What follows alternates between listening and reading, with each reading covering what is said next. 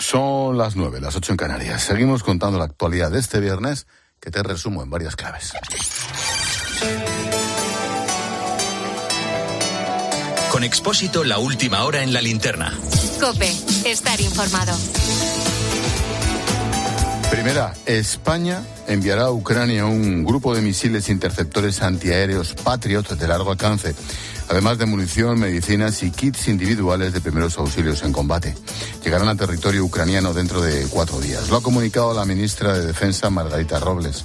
Por su parte, el secretario de Defensa de Estados Unidos, Lloyd Austin, ha anunciado el desbloqueo de $6.000 millones para ayudar a Kiev con misiles Patriot y drones. Segunda, el Pleno del Ayuntamiento de Barcelona acuerda pedir al Gobierno que la Policía Nacional deje el edificio de Vía Laietana.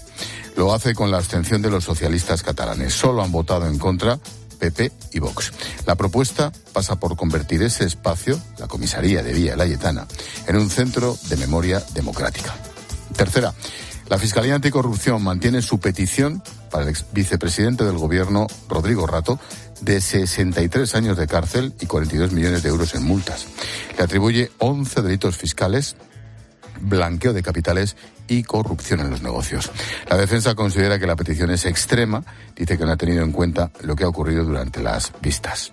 Y cuarta, liberadas 14 mujeres víctimas de explotación sexual. Una organización criminal las obligaba a mantener relaciones en una habitación muy pequeña con condiciones extremadamente insalubres, donde coincidían hasta 11 personas a la vez.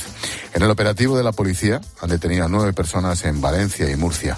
Las víctimas eran colombianas y ecuatorianas a las que engañaban con falsas ofertas de trabajo para venir a España.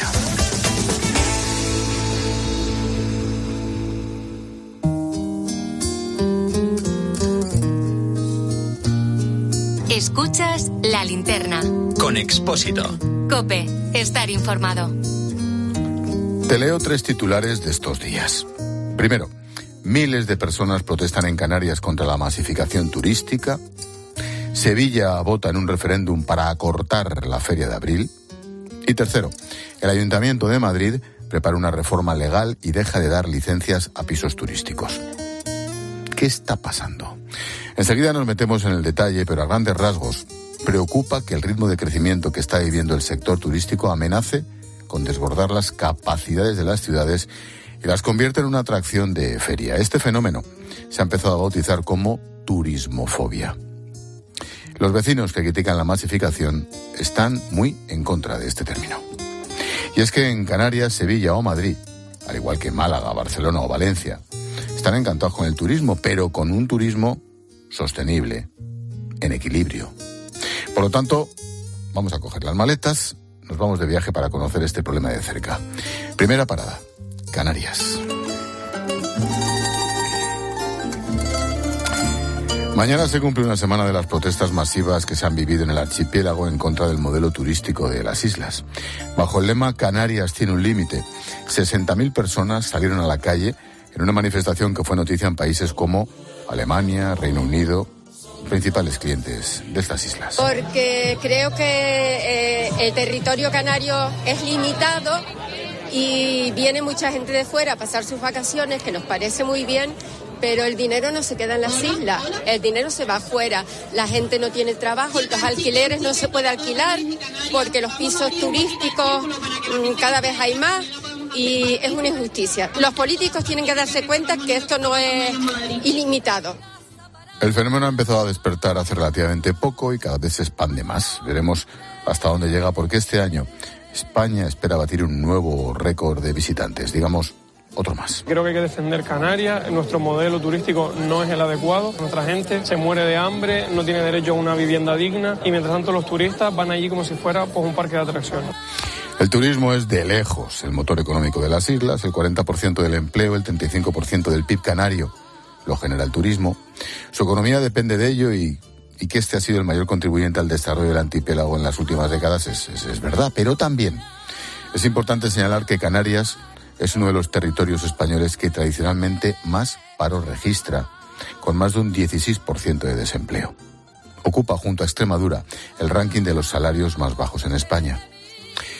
Siguiente parada, Sevilla.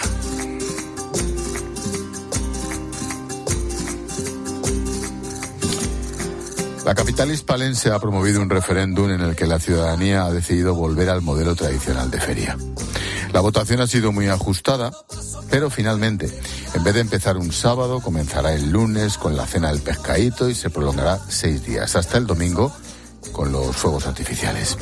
Pablo Gañán es portavoz de la plataforma Sevillanos, que agrupa a varias asociaciones vecinales. La feria es de lunes a viernes y como es fin de semana no podrán venir mucha gente. Entonces, de esta forma hemos intentado entre las ferias ponerle un poquito pie en pared para que siga siendo los sevillanos, ¿no? El año pasado visitaron el recinto ferial de Sevilla 3 millones de personas. Bueno, pues este año han sido 4 en un solo recinto. La portavoz de la asociación Alfalfa Degradada, Silvia Carrión, reconoce que en determinadas épocas del año el centro de la ciudad es una olla a presión. En el centro ya hay una sensación de impunidad, se incumple toda la normativa en cuanto a acústica, visual, no se cumple la regulación de los pisos turísticos, no hay espacio si hay una emergencia sanitaria, si hay una emergencia de bomberos, si ocurre algo realmente, el centro es una ratonera. Si queremos una nueva Venecia, vamos por buen camino. Este tipo de asociaciones vecinales se quejan de que las ciudades como Sevilla están más enfocadas al turista que al vecino. Es cierto que el modelo turístico español es muy competitivo, admirado en el mundo, pero ¿estamos exprimiendo a la gallina de los huevos de oro? Nos vamos a detener en uno de los aspectos que señalaba Silvia, los pisos turísticos. Madrid.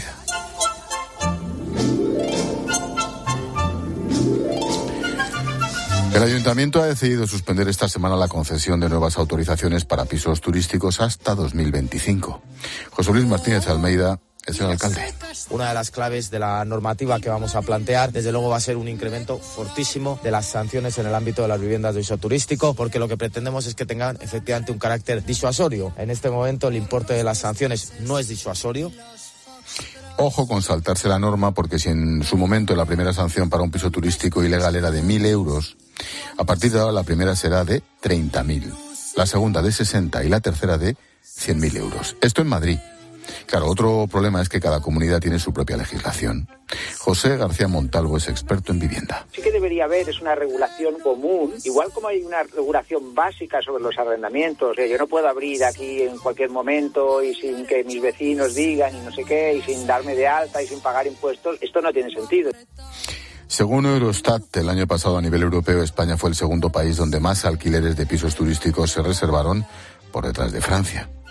Concentramos 1 de cada 5 pernoctaciones en este tipo de alojamientos, con 132 millones de noches reservadas. A priori, parecen buenas noticias, pero ¿están los pisos turísticos taponando el acceso a la vivienda para comprar o alquilar? Hay algunos estudios que muestran que en los barrios donde hay más pisos turísticos el precio de la vivienda sube algo más y los alquileres también suben más rápidamente. Por lo tanto, sobre todo porque como nuestro problema es un problema de oferta, pues si parte de esa oferta se desplaza al mercado turístico, como la demanda local es tan fuerte, pues obviamente es más fácil ver efectos. Si tuviéramos suficiente oferta, pues bueno, no se vería impacto. El problema del modelo turístico español es un tema a debatir, es una cuestión sociológica, porque todos estamos a favor del turismo, al fin y al cabo, todos somos turistas. Pedro Bravo es periodista, escritor, acaba de publicar su último libro, Silencio, un manifiesto contra el ruido, la inquietud y la prisa, pero en 2018 investigó, casi fue pionero, sobre un problema que se veía venir, la masificación turística, cuyas conclusiones las recogió en un libro, Exceso de equipaje. Pedro, ¿qué tal? Buenas noches. Buenas noches, Ángel. Por desgracia acertaste, quiero decir, lo habías clavado ya en 2018.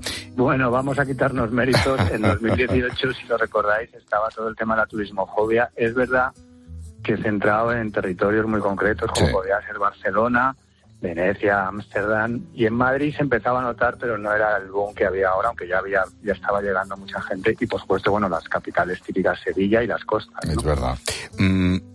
¿Qué hemos hecho mal? Hazme un resumen. Claro, en un minuto hemos hecho mal muchas cosas, pero si tuvieras que hacerme un pequeño índice. Es muy largo. Sí. Lo ha dicho la primera mujer que ha hablado en las declaraciones de Canarias que habéis puesto, lo ha explicado una de las cosas muy interesantes, ¿no? se vende un relato, o hemos comprado, o hemos construido un relato de que el turismo es bueno y punto, así, sin matices, ¿no? Y no se trata de si el turismo es bueno o es malo, sino de qué tipo de turismo y sobre todo de el modelo turístico, que tiene que ver con el modelo económico, muchísimo, qué dinero deja realmente, porque se habla mucho de PIB, se habla mucho de número de visitantes, incluso se habla mucho del gasto de cada turista y de pernoctaciones, así números que son números muy gordos, de trazo grueso, pero cuando empiezas a mirar los datos te das cuenta, como decía esa mujer, que el dinero no cae en los territorios donde es el turismo, porque hay un montón de capitales internacionales que manejan desde las viviendas de uso turístico a las tiendas de souvenirs, a los cruceros, etcétera, etcétera, ¿no? Entonces, que los trabajos son precarios, estacionales y temporales, como demuestran también datos que habéis dado de Canarias, pero que valen también de Baleares y de otras ciudades. Entonces, estamos viendo el trazo grueso, cuando en el trazo pequeño lo que se están generando es unos costes sociales, medioambientales y de todo tipo, que están generando esas manifestaciones que por primera vez son muy numerosas, que yo creo que las de Canarias están siendo muy numerosas y sospecho que van a ir a más. Tú te has movido mucho en el barrio de Malasaña. Has vivido en sus carnes el boom de esos pisos turísticos. En Madrid hemos ido deteriorando también ese turismo de calidad o responsable. Bueno, el turismo de calidad es un concepto que maneja mucho la patronal turística y que habla de que los turistas se tienen que gastar mucho dinero. Yo vuelvo al tema económico. Los turistas que se gastan dinero, hay que ver si ese dinero repercute en los trabajadores.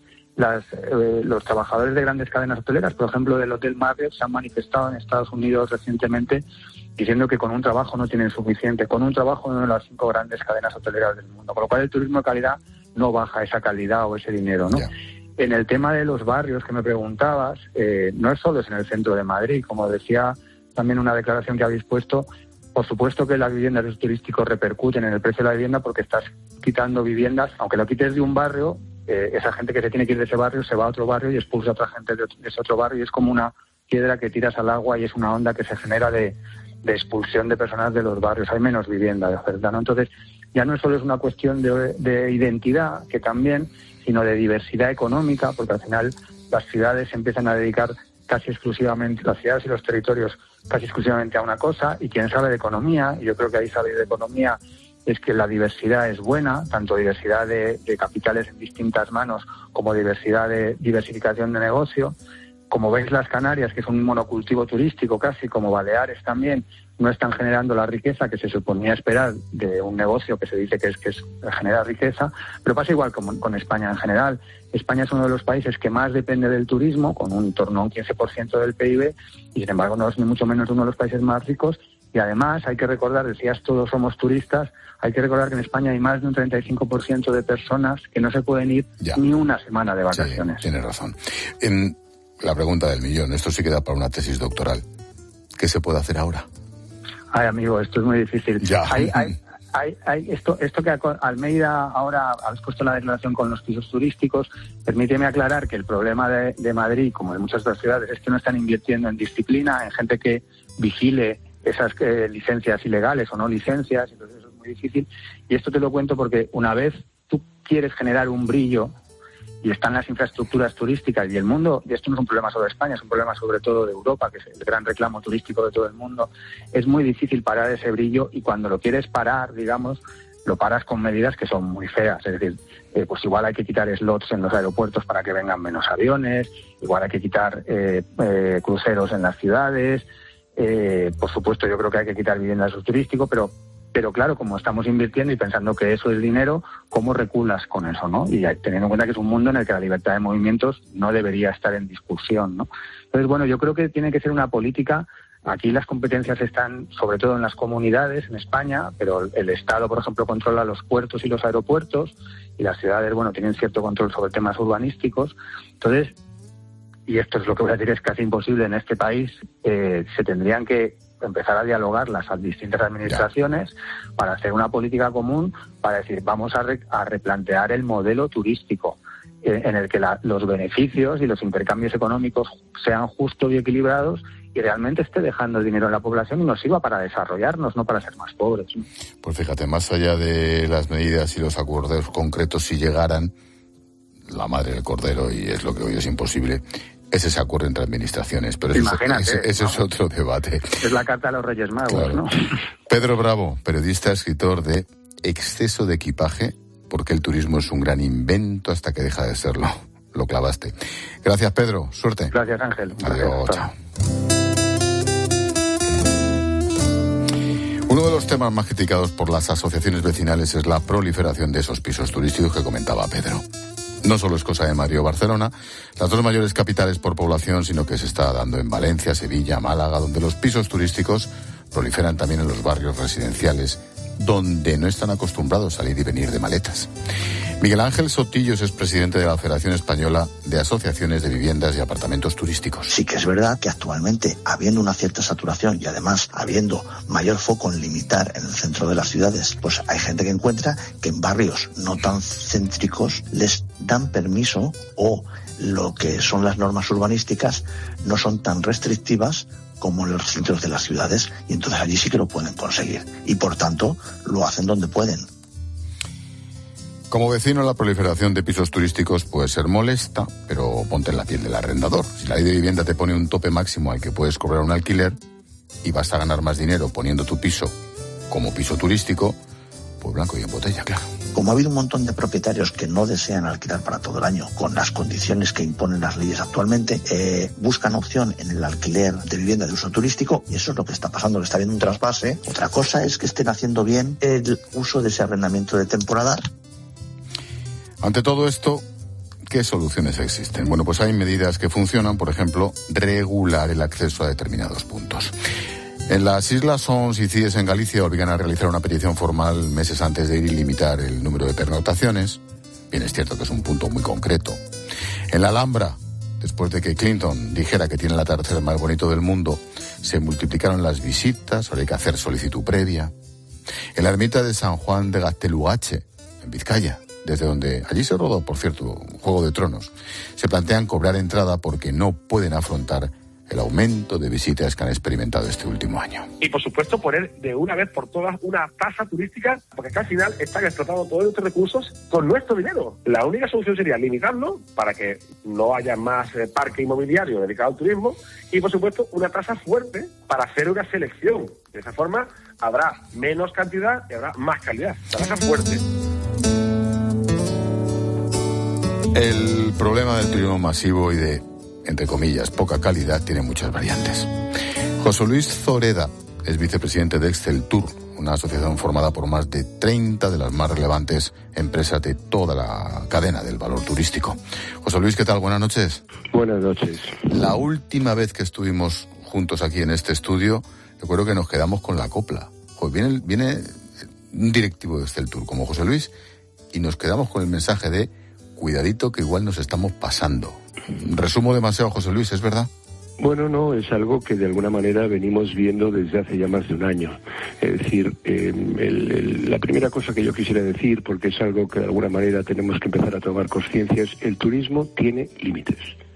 Y tiene límites en ciertas circunstancias, en ciertos momentos, ya que sobrepasar estos límites de crecimiento es tremendamente contraproducente. ¿Dónde están los límites de ese crecimiento turístico? Están en los límites de no sobrepasar las capacidades de carga que tienen muchas de las ciudades o destinos turísticos convencionales y no sobrepasar la insatisfacción ciudadana de una, ciudadanía que es imprescindible en el caso de España y en muchos otros lugares, pero fundamentalmente en España, para poder seguir dando este sentimiento de acogida, este valor diferencial, este estilo de vida que es lo que nos diferencia dentro de los importantes atributos diferenciales que tiene España de otros países. Por lo tanto, sí, hace tiempo que venimos de alguna manera apuntando que el turismo tiene límites. Y el sobreturismo, o el overtourism, como dicen los sajones, fundamentalmente se ha producido en los últimos 10 años y últimamente a una velocidad galopante, desbocada, del crecimiento irregular de las viviendas turísticas, que están metiendo en España, en apenas 10 años, la misma capacidad alojativa que en toda la historia de nuestro país. El famoso problema de los pisos turísticos. Esto no hay sector económico que lo pueda aguantar, que se duplique su capacidad de oferta sin que se generen problemas y externalidades de una demanda desbocada que aporta mucho menos valor añadido que los alojamientos reglados. Y nuestra defensa de esta, digamos, circunstancias tan perversa para el turismo y para la sociedad no es desde el simplismo con el que se nos acusa al sector turístico convencional de que no queremos competencia. No. Lo que no queremos es hastío social a una velocidad desmesurada, repudiando el turismo por una serie de razones, entre las cuales la primera es las cada día más difíciles acceso a la habitabilidad por encarecimiento de los alquileres, que es verdad que la ley última de los alquileres no ha favorecido en absoluto la contención de los precios, sino todo lo contrario. Pero en cualquier caso, hoy en día para un español medio y no medio, encontrar un piso a un coste razonable para alquilar, ya no le digo ni comprar, estaría imposible. Por no decir la banalización de todas las zonas, barrios en las cuales se están concentrando estas viviendas, despersonalizando, quitando la tierra de conveniencia, la barbería, la peluquería, la frutería, la mercería, y convirtiéndolo en el mejor de los casos en tiendas de souvenirs, en bares, restaurantes, con los cuales estamos despersonalizando nuestros propios atractivos. Esto está generando un gran rechazo social. José Luis, ¿nos estamos cargando la gallina de los huevos de oro? Vamos a ver, todavía estamos a tiempo de modular enormemente este crecimiento desmesurado. Pero para esto hay que hacer valentía. Recuerdo en un foro reciente que organizamos en enero, la víspera de Fitur, le preguntábamos al alcalde de San Sebastián, que es probablemente la ciudad de España con Barcelona, que mejor tenga regulado el fenómeno de las viviendas turísticas, cómo lo había hecho. Y la contestación fue muy breve y muy escueta, quedando mal con mucha gente. Hay que actuar con valentía política para poner límites, cotos y hacer cumplir la ley. Hay que procurar que los agentes que están generando este crecimiento galopante, fundamentalmente las plataformas turísticas, no busquen todas las rendijas posibles para tratar de incumplir la ley. Hay muchos ángulos desde donde afrontar el problema, no de los pisos, sino de ese exceso.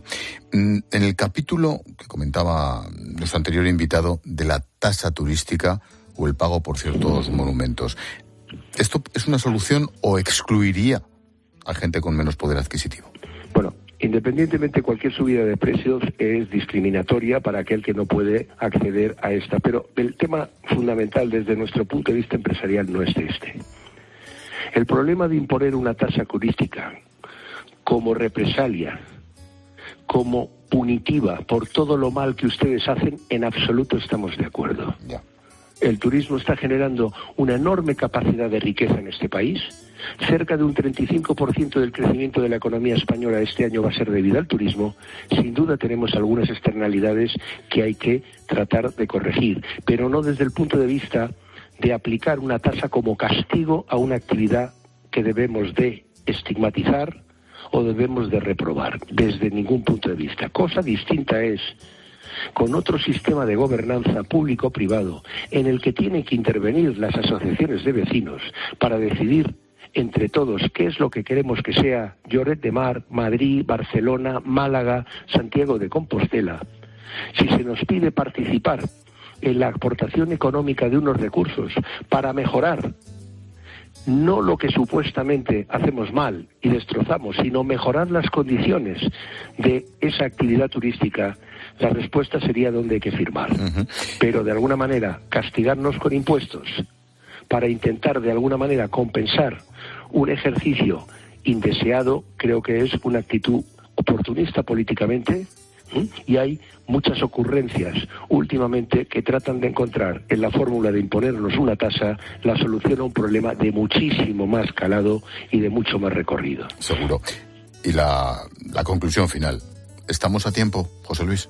Claro que estamos a tiempo. Estamos a tiempo. Yo hoy ante un invitado que es verdad que pueda ser una quimera en esta España actual el buscar espíritu de colaboración interautonómico con el gobierno. Pero es que este es un problema que ya se ha extendido, es un problema generalizado, es un problema común a casi todas las comunidades autónomas y por lo tanto los empresarios seremos los primeros que empujaremos todo lo que podamos para que esta convergencia de intereses públicos y privados se pueda materializar materializar en un gran acuerdo nacional en favor de la sostenibilidad del turismo. Nuestro máximo paradigma en estos momentos es que cualquier crecimiento del turismo tiene que venir acompañado con la mejor distribución de la renta en los destinos, en unos destinos donde sus habitantes tienen que percibir que la actividad turística les mejora su calidad de vida. Y este es un esfuerzo conjunto, multidisciplinar, de sectores públicos, sectores privados y los propios residentes constructivos,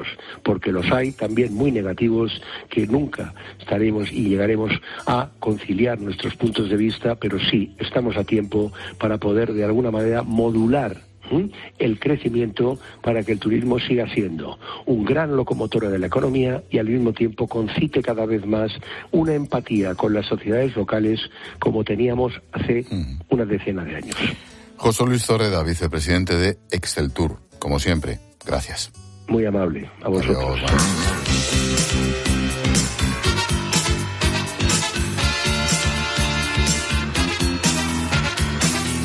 Venecia se ha convertido en la primera ciudad del mundo en cobrar una tasa turística solo por pisar el suelo veneciano. En Japón, un pueblo va a instalar una enorme barrera negra en la zona donde se sacan fotos al monte Fuji ante el hartazgo de la población por las hordas de turistas. En España, crecen los movimientos que piden un ajuste del modelo para intentar no colapsar las ciudades. El mundo está cambiando y quizás el turismo también lo hagamos con el mundo.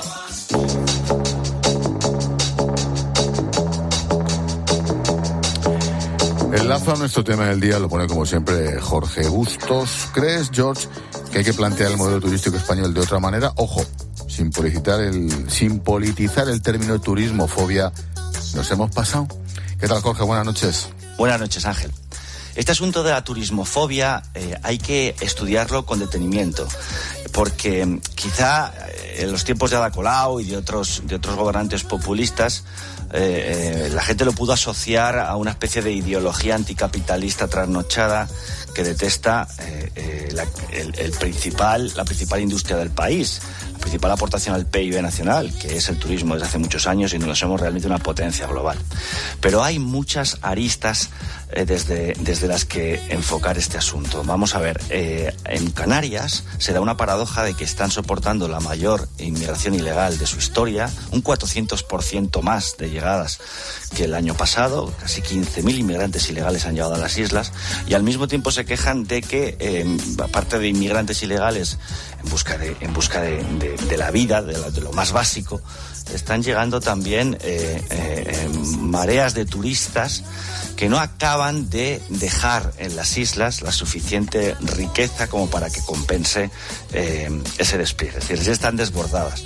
Pero también la Feria de Sevilla ha sido la más multitudinaria, y en otros lugares de España estamos soportando índices de turismo que están muy bien para la economía, pero que el modelo no acaba de permear todo el sistema productivo. No se trata de caer en la turismofobia ni de combatirla, que es la gallina de los huevos de oro de la economía española. Se trata de enfocarla de tal manera que esos ingresos, que la clase de turista que llegue deje más ingresos, no produzca un incremento inasumible del precio de la vivienda, que ya está suficientemente tensionado, y deje riqueza en diferentes capas de la población, no que solo lo aglutinen unos pocos.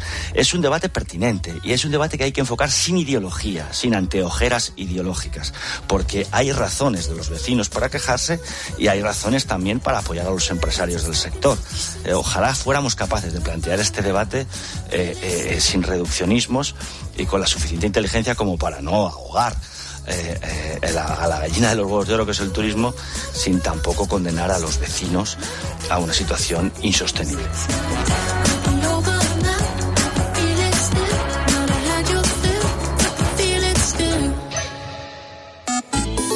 Sigue a Ángel Expósito en Twitter en @expósitocope y en @lalinternacope, en facebook.com/lalinterna y en Instagram en expósito_cope. Por fin llega el fin de semana. No dejes que ese dolor articular te impida disfrutar de él. Por un fin de semana sin dolor con Ibudol de Kern Pharma. A ese dolor de espalda que te fastidia el fin de semana. Y a ese dolor de cabeza que pone a prueba tu paciencia, ni agua. Ibudol es el primer ibuprofeno bebible en formato stick pack para aliviar el dolor rápidamente, con agradable sabor y sin necesidad de agua. Al dolor, ni agua. Ibudol tenía que ser de Kern Pharma. Lea las instrucciones de este medicamento y consulte al farmacéutico.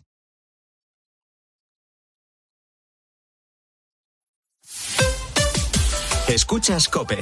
Y recuerda, la mejor experiencia y el mejor sonido solo los encuentras en cope.es y en la aplicación móvil. Descárgatela. ¿Qué sabor deja en la boca el viento, el sol, el frío? Esto es Ribera del Duero. Quien lo probó, lo sabe. Ribera del Duero, creado para emocionarte. Pinchazo. Pinchazo. Tu coche te está diciendo que lo traigas a Talleres Euromaster, donde sabemos mejor que nadie que lo que importa es que tu vehículo esté bien. Revísalo antes de viajar.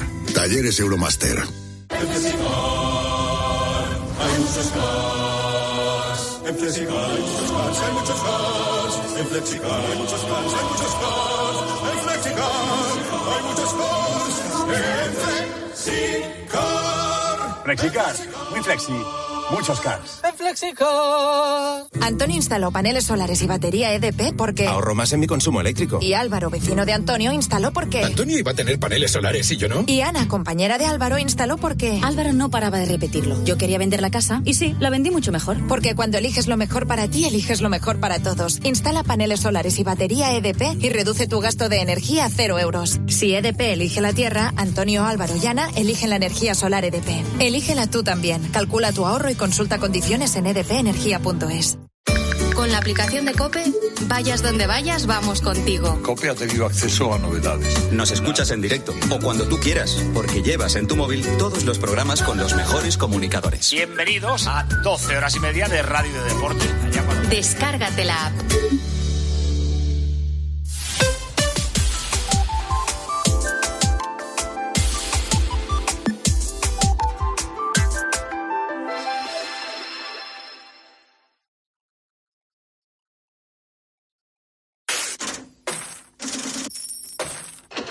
Expósito. La linterna. COPE. Estar informado.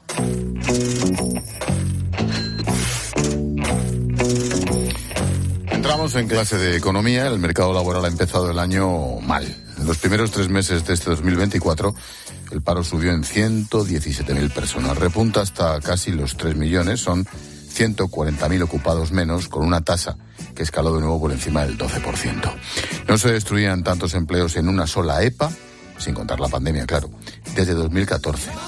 Carlos Victoria es economista de ICADE. Se puede analizar si lo que se está produciendo es una situación pues, de cierto desánimo. Coyunturalmente los datos han sido malos, los datos más de largo recorrido en interanual están siendo positivos y yo creo que va a ser determinante esperar a los datos del segundo trimestre para analizar o concluir si esto es de verdad un cambio de ciclo.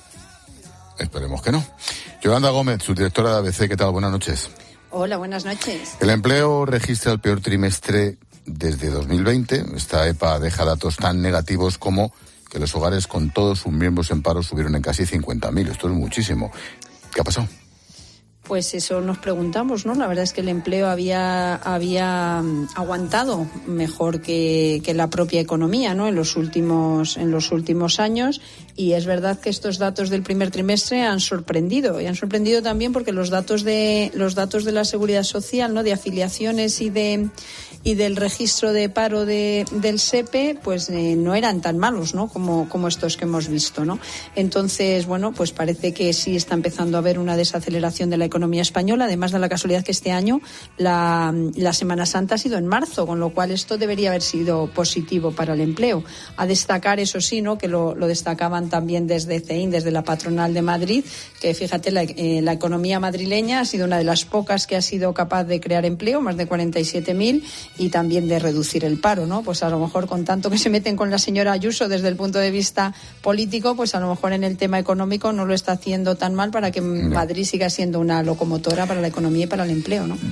Sube el paro y sube el gasto en pensiones, la ecuación imposible. De nuevo marca un nuevo récord. La Seguridad Social destinó en abril casi 13.000 millones de euros, ha crecido la factura un 30% en 5 años. El Gobierno dice que la reforma de las pensiones funciona. La Comisión Europea advierte a España de que es donde más va a aumentar el gasto. Esto es insoportable, ¿no? Pues la verdad es que sí, es verdad que hoy hemos visto a la ministra de Seguridad Social presumir, dice, bueno, es que las pensiones han subido un 30% en 5 años porque se han ligado al IPC, mira qué bien, pero ¿dónde está la sostenibilidad del sistema? Es verdad que la Comisión Europea publicó la semana pasada un informe en el que advertía de que las previsiones del Gobierno con su reforma no se van a cumplir, que los gastos van a ser mucho más altos de lo que se esperaba y que además los ingresos procedentes de la subida de cotizaciones no van a ser tantos, aparte de que la propia subida de esas cotizaciones pues tienen efectos sobre el empleo. Esta semana hemos conocido otro informe de la OCDE donde decía que España era uno de los países europeos, no sé si el más, pero uno de los que más había incrementado esos impuestos sobre el empleo, lo que tiene su gracia teniendo en cuenta que somos el país con más paro de Europa y encima lo que hacemos es castigar con impuestos a la creación de empleo, ¿no? Yo creo que eso es peligroso. La Comisión Europea ve objeciones a la fusión entre Iberia y Iberoeuropa, esto es de hoy mismo. Considera que podría afectar a los clientes. Además, creen que desde Bruselas perjudicarían la calidad del servicio, piden garantías de que no reducirá la competencia. ¿Esto es un varapalo de Bruselas a la operación? Bueno, todavía falta, ¿no? Esto es un informe preliminar, no es una decisión definitiva, pero es verdad que sí, un cierto varapalo sí es, ¿no? Porque lo que advierte es eso de que esto va a perjudicar a los propios consumidores porque se van a subir los precios. Desde la aerolínea lo que se hace, desde IAG lo que dicen es que van a ofrecer desprenderse hasta de un 40% de las rutas que hacía Air Europa y también se quejan, de que los grandes aeropuertos europeos tienen operadores dominantes. El porcentaje de concentración en esos aeropuertos como el de Frankfurt o el de París, que son superiores a los que Iberia tiene en España, pero de momento mucho caso no les están haciendo, la verdad. El Gobierno sigue ganando peso en Telefónica, desde hoy controla ya a través de la SEPI un 6%, se quiere hacer con un 10%. Este último movimiento deja a la Telefónica a punto de poder pedir ya un puesto en el Consejo de la Administración 25 años después. ¿Por qué es importante esto último de tener un puesto en el Consejo para el Estado? Hombre, porque desde el Consejo es desde donde decides, ¿no? O sea, si no estás ahí, al final la operadora pues va a poder actuar con sus propias reglas, ¿no? En fin, el Estado, en teoría, lo que nos vendió el Gobierno era que quería estar ahí para contrarrestar la presencia de los saudíes. Bueno, los saudíes que quieren tener también ese 10% en Telefónica. En fin, a mí lo que me preocupa es que tanto interés público dentro, pues al final no se apliquen gestiones, no se apliquen prácticas de buena gestión empresarial, como hemos visto en otros momentos, y se apliquen prácticas más políticas o defendiendo más intereses políticos. Esperemos que no sea así.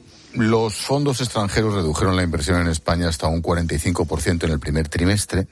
Es la menor cifra en 3 años. Hay que recordar que los inversores extranjeros son la principal fuente de financiación para compañías en crecimiento en España. 3 de cada 4 euros que se invierten aquí vienen de fuera. Este termómetro es importante. Pues la verdad es que sí, yo creo que fíjate, ahora estábamos hablando del empleo, hasta ahora el empleo estaba resistiendo bien, pero uno de los principales problemas, yo creo, de la economía española o de lo que peor va es la inversión, y eso se debe pues al final a la incertidumbre y a la inestabilidad política. Es verdad que estos días dices, es sorprendente, los inversores pasan de todo. Aquí el señor presidente del Gobierno nos deja empantanados 5 días sin ver qué va a pasar o qué no va a pasar, y las bolsas siguen subiendo y los inversores parece que están a otra cosa, pero al final esa inestabilidad política acaba calando y se nota fundamentalmente en estos datos, en los de inversión. Ya el año pasado tuvimos problemas también, hubo caída de la inversión en el conjunto de 2023 y parece que en el principio de este 2024 estamos por el mismo camino, peor, y eso es por inestabilidad política y por inseguridad jurídica, que te están cambiando las reglas del juego cada 2x3. Y una cosa más, los mercados han vivido una semana tranquila a pesar de Sánchez. El IBEX ha cerrado la semana subiendo cerca del 2% para recuperar los 11.000 puntos. Bolsa de Madrid, Fernando Mañueco, buenas noches. Buenas noches. Ha sido una semana muy positiva en la bolsa. Los inversores han digerido, con algunas dudas puntuales, pero sin grandes contratiempos, tanto el aumento de la tensión geopolítica en Oriente Próximo como el incremento de la incertidumbre política en España por ese periodo de reflexión que se ha tomado el presidente del gobierno. Además, los mercados han digerido numerosos resultados empresariales en Estados Unidos y también en España. Han sido especialmente buenas las cuentas de Iberdrola y las del Banco Sabadell. Los mercados han tenido que digerir además los datos de crecimiento económico de Estados Unidos, que ha sido mucho más débil de lo que se esperaba. La desaceleración de la actividad convive además con una tasa de inflación que se resiste a bajar en aquel país. Es una combinación siempre inquietante. Esta semana ha repuntado el precio del petróleo. El barril de crudo del Mar del Norte roza los $90.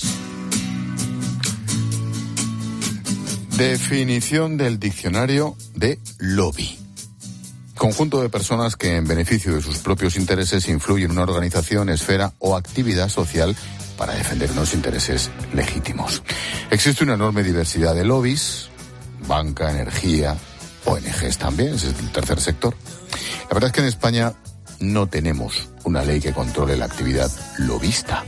Carlos Parri es el presidente de la Asociación de Profesionales de Relaciones Institucionales. Carlos, ¿qué tal? Buenas noches. Hola, muy buenas noches, don Ángel, ¿qué tal? ¿Cómo estamos? ¿Por qué cuando decimos lobby tiene mala prensa? Pues seguramente porque no existe una regulación, ¿no? No existe unas normas que declaren cuáles son las reglas sobre las que tenemos que trabajar. Si tuviéramos una regulación que ayudara además, que fomentara ese derecho de participación, que además nos ayudaría a que fuéramos una democracia aún más perfecta, seguramente esa reputación negativa no existiría. Pero en España, por desgracia, no hay regulación, cosa que sí que hay en Francia, en Inglaterra, en Reino Unido, en Alemania o en Bruselas. Buenas noches, Carlos. En España esto de los lobbies hasta hace poco yo creo que no sabíamos ni lo que era, pero ahora ¿es verdad esa coletilla de que no se aprueba una ley en nuestro país sin consultar a los lobbies?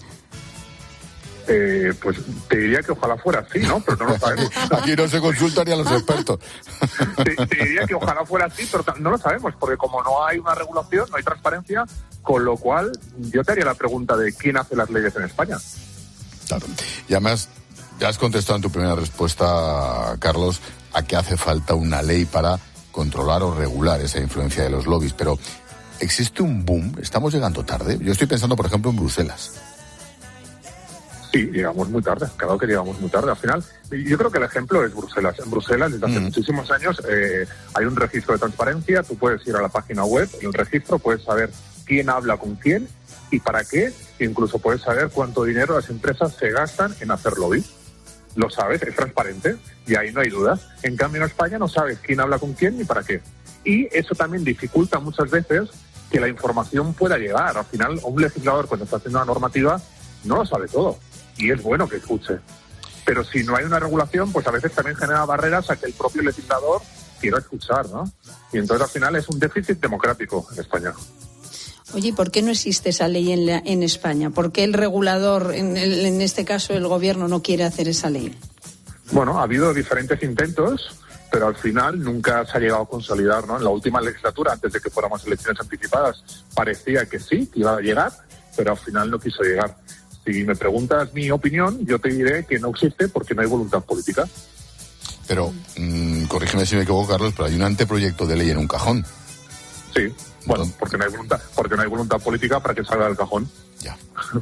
Ya está, porque al final, si hay una ley que regule el lobby, va a poner normas también de quién puede hacer ese lobby. Y a lo mejor hay gente que ahora mismo puede hacer lobby, que si hubiera una ley no lo podría hacer. La política es un gran caladero para los lobbies. ¿Se tienen que regular estas puertas giratorias? ¿Es a eso a lo que te estás refiriendo? ¿Que a lo mejor los políticos no podrían hacer ese lobby?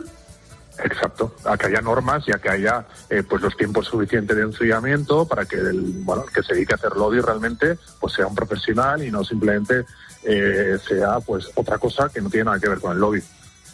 La verdad es que, en fin, no vamos a poner nombres propios, pero la actualidad política de los últimos días tiene mucho que ver con esto que hemos hablado, con las relaciones, con las influencias. oye, si todo fuera transparente, nos habríamos ahorrado todos muchísimos problemas, seguro.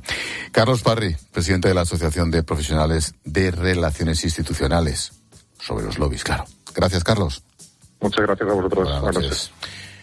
Yolanda, rápidamente, en un minuto, te hago una pregunta muy concreta. ¿No te ha sorprendido la nula repercusión de la movida de Pedro Sánchez en los mercados y en la economía? Yo me imagino a Sunak en el Reino Unido o a Macron diciendo, me piro 5 días tal, y se monta la parda. Aquí, como si nada. Aquí nada, ¿verdad? Pues sí, totalmente. La verdad es que nosotros esa misma noche nos dijo el director, oye, vamos, a las 9 de la noche estábamos llamando a economistas, a analistas financieros, claro, y la verdad es que preguntando, oye, ¿qué va a pasar? Pero la verdad es que ya la mayoría de ellos nos van a decir, mira, están tan acostumbrados ya en el mercado a que ocurran este tipo de cosas, quizás tanto no, pero bueno, dice, mira, o sea, de todo. En Portugal, pues Antonio Costa dimitió de un día para otro, no pasó nada. En Estados Unidos, pues tenemos a Trump, o hemos tenido a Trump haciendo unas cosas.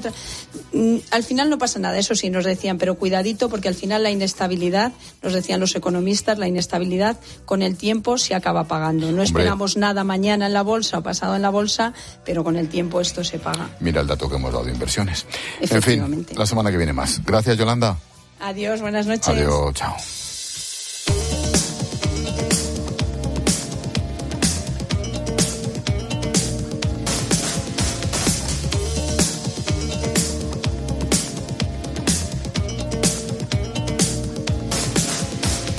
Como cada viernes hablamos los próximos minutos de hechos, situaciones, movimientos que se están convirtiendo en tendencias a nivel mundial. Lo hacemos con nuestra vecina de arriba, Ana Samboal. ¿Qué tal, Ana? Buenas noches.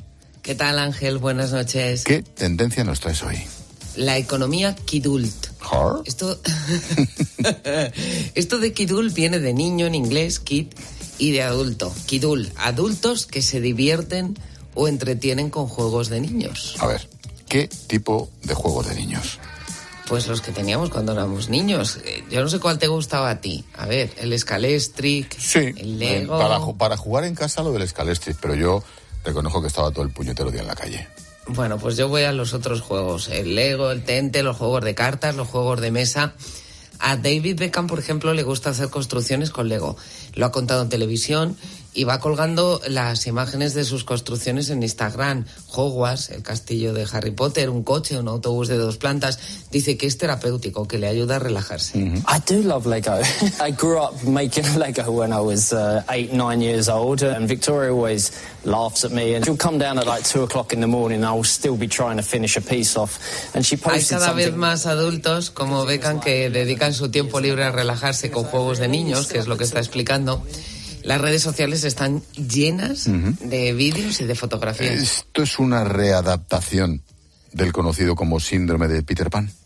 Bueno, Beckham dice ahí en esa entrevista que las cartas de las piezas indican que es un juego para niños de 11 años y se ríe.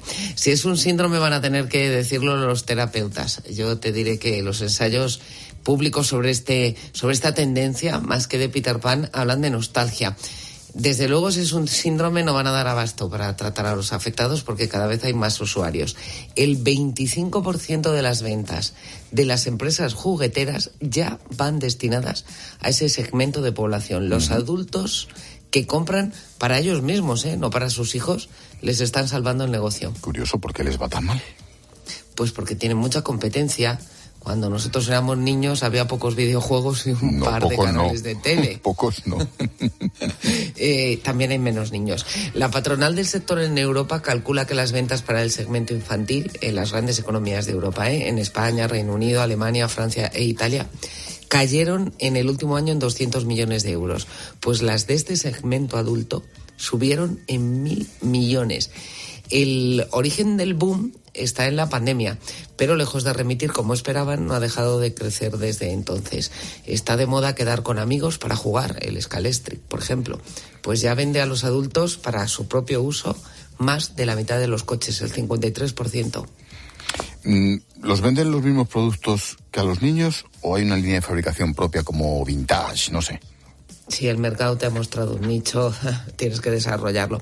Y eso es lo que están haciendo. Están ya creando productos específicos para ese segmento de población con una calidad más elevada. tienen su propia sección, ya los Kidults, en la tienda online, a precios más elevados también, como te puedes imaginar. En Estados Unidos y en Europa se están batiendo récords de ventas. Esto puede trasladarse, no sé, aparte de los juguetes, a la moda, a los libros, al entretenimiento. Claro, has leído el libro de Yo también fui a la FB. Sí, no, y de hecho hemos hecho adaptaciones y secciones con ellos, sí. Claro, pues es economía Kidult. Los petacetas, las chuches de los 80 y 90, la ropa también. Noche ochentera, toda la noche entera, hay una cola que te da, pero ven con quien quieras. Noche ochentera, toda la noche entera, cógeme la cartera. Los Kidult, con ese término, ¿son generación Z, Ana? Sí, y se ha estudiado por qué. Es una generación que vive lo tradicional, vivimos la economía del pasado, pero nos estrenamos también en la revolución tecnológica, estrenamos muchas cosas nuevas, pero también, como tú decías, salíamos a dar patatas al balón a la calle. Y eso, por lo visto, nos marcó. Queremos recuperar aquellos productos que nos hicieron pasar tan buenos ratos. En Estados Unidos, el 17% de esas ventas revival se hacen adultos que nacieron entre los 70 y los 90. Incluso allí están resucitando empresas que murieron. Allí había unos platos de papel con caras o partes de animales que se dejaron de vender. Desde 2014 la empresa dejó de fabricarlos. Bueno, pues ahora hay que apuntarse en una lista de espera para poderlos comprar, para recibirlos, tal es la demanda. Y las American Girl, que son unas muñecas, también se han puesto de moda. Yo, desde luego, he decidido recuperar mi Nancy. Las muñecas de famosas se dirigen al portal para hacer llegar al niño su cariño y su amistad. Y Jesús en el pesebre se ríe porque está... ¿Cuál es el volumen de negocio, por calcular cierta dimensión, de la economía Kidult?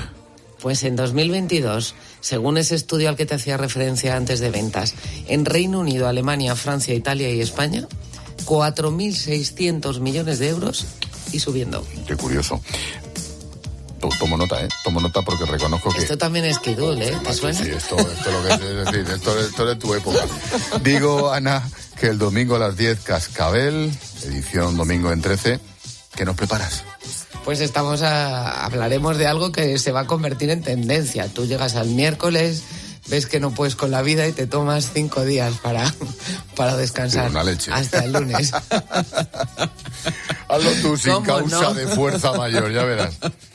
¿Cómo no? Vamos a hablar de Pedro Sánchez, del tiempo nuevo o no, que habla que abre con esta decisión. Vamos a estudiar sus gestos el miércoles en la última sesión de control, a ver si estaba enfadado, disgustado, o era todo una pose. Va a estar Eva García, la directora del Instituto de Sinergología, para echarnos una mano. Y traerá su nuevo libro José Manuel García Margallo, en el que habla de el deterioro de la democracia en España con esta bajada en picado hacia el populismo creciente que estamos viendo. Joder. Dice Margallo que le faltó un mes, tenía que haber esperado a este descanso dominical. Pero parece que lo ha hecho aposta, o sea, porque lo ha clavado casi. Lo ha clavado, sin dudarlo. Después, es verdad. Oye, ¿cuántas veces te han preguntado en los últimos días, ¿tú qué crees que va a pasar el lunes? Pues mira, si miro el teléfono, ¿verdad? Todavía tengo preguntas sin contestar. Pero es que te lo pregunta tu marido, los vecinos, la familia, te pregunta Tokiski y yo. Y el por qué también. ¿Qué crees que va a pasar el lunes? ¿Por qué ha hecho esto? ¿Qué crees que va a pasar? Bueno, pues creo que era Voz Populi el que publicaba hoy que se estaba organizando en Moncloa un viaje para el miércoles y el jueves de la semana que viene todo el equipo del presidente. Así que sí, me parece complicado que se vaya. Pero también me pregunto, para mí la gran pregunta es, ¿qué sabe Pedro Sánchez que va a parecer que no sabemos todos los demás? Pues seguramente. Las dos cosas son verdad. Pero oye, en fin, cualquiera se mete ahí adentro en esa cabecita. ¿Tú también te apuestas? Hay gente que se está apostando comidas, a ver si se queda o se va. Yo no me apuesto nada porque puedo ganar o perder, así que no juego. Pero yo estoy contigo, creo que se queda, lo que no sé es cómo. En fin, que te veo el domingo en 13, Cascabel, a las 10 de la noche.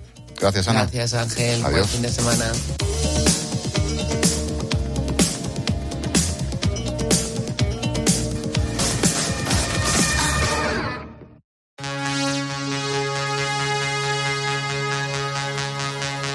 A esta hora, como cada viernes, el teniente general Miguel Alcañiz nos da un puntazo de valores y recursos humanos. ¿Qué tal, Miguel? Buenas noches. ¿Qué tal, Ángel? Buenas noches. Hoy hablamos de liderazgo en el siglo XXI.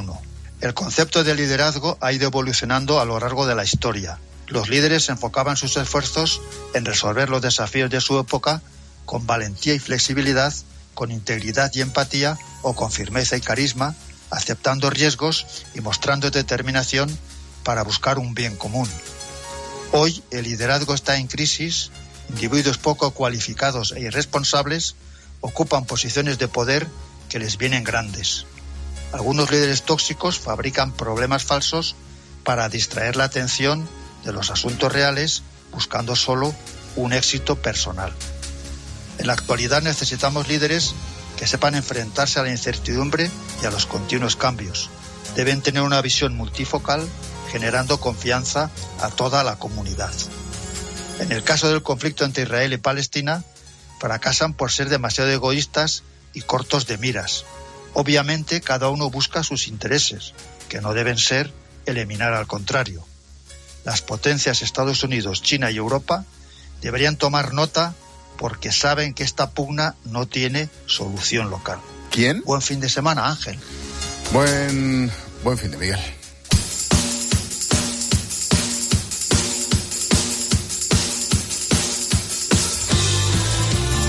Nos damos un último paseíto por las redes de esta semana. Hola, Silvia. Hola, Ángel. Vaya semanita de reflexión, por así decirlo. Para algunos más que otros. Para algunos más que otros. Tercera jornada de esos días de pensamiento para Pedro Sánchez. ¿Qué os parece a vosotros? ¿Cómo lo veis? Bueno, Sandra dice que no va a dimitir, obviamente. Esto él lo ha hecho para saber si tenía de su parte a la gente y el apoyo en la calle. Y luego está Eduardo. Lo único que ha conseguido es un cambio de guión brutal. Hay que decir que ahora mismo en X, lo que antes era Twitter, hay más de 500.000 de publicaciones al respecto. Y bueno, mientras Sánchez se lo piensa, en este país van pasando otras cosas. Es lo que dices en tu videoblog de hoy. Podéis verlo en X, en @expósitocope, en Instagram, en expósito_cope, y también en el canal de YouTube y de TikTok de Cope.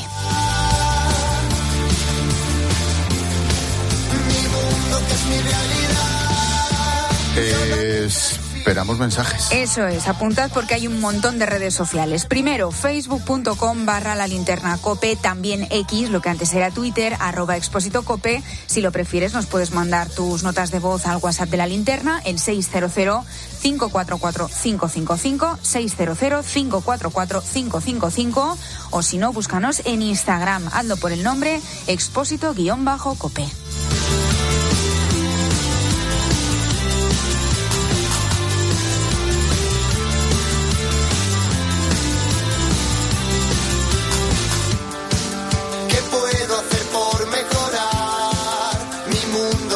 Expósito. La Linterna. Cope. Estar informado.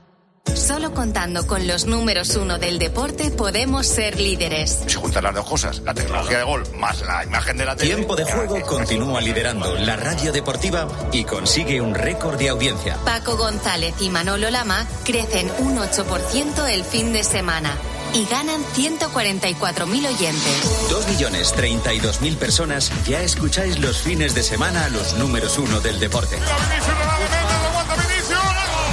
En los momentos importantes necesitas referentes en el deporte, y el partidazo de Cope con Juanma Castaño es escuchado cada noche por 735.000 oyentes. Porque yo creo que estamos en el momento más delicado del fútbol español. Por eso te decimos gracias por formar parte de nuestra comunidad, por confiar en nuestro equipo de comunicadores y en nuestra manera de hacer radio deportiva. Piensa en un producto. Y ahora imagina que comprando 2 te llevas 3. Bien, ¿no? ¿Eran unas finísimas Campofrío? ¿O un detergente Ariel Oxy? ¿No? Da igual, porque en Supercore, Hipercore y Supermercado El Corte Inglés tenemos miles de productos más a 3x2. En tienda, web y app. ¿Alguno será? Supercore, Hipercore y Supermercado El Corte Inglés. ¿Qué necesitas hoy? Ponte crema solar, hijo. Que la piel tiene memoria. Pero... Ni pero ni pera. Que te pongas crema solar, te he dicho. Vale, señora. Pero vaya ya con el resto del grupo, que va a empezar la clase de aquagym. Por 17 millones de euros, una se hace madre de quien sea. Extra Día de la Madre de la ONCE. El 5 de mayo, 17 millones de euros. No te quedes sin tu cupón. Extra Día de la Madre de la ONCE. Ahora cualquiera quiere ser madre. ONCE. Bien jugado. Juega responsablemente y solo si eres mayor de edad. Escuchas La Linterna. Y recuerda, la mejor experiencia y el mejor sonido solo los encuentras en cope.es y en la aplicación móvil. Descárgatela. Hazte ahora de Legalitas y siente el poder de contar con un abogado siempre que lo necesites. Llama gratis al 900-100-662 o entra en legalitas.com. En el terreno de juego, golazos. Y en tu casa, aire acondicionado Mitsubishi Electric. Porque ahorras en tu factura energética consumiendo menos que todos los electrodomésticos en stand-by de tu casa. Mitsubishi Electric es tu aire. En Obramat te ofrecemos ventanas a medida de PVC y aluminio que se adaptan a cualquier reforma y suponen un ahorro energético con el mejor asesoramiento profesional. Profesionales de la construcción y la reforma. Obramat.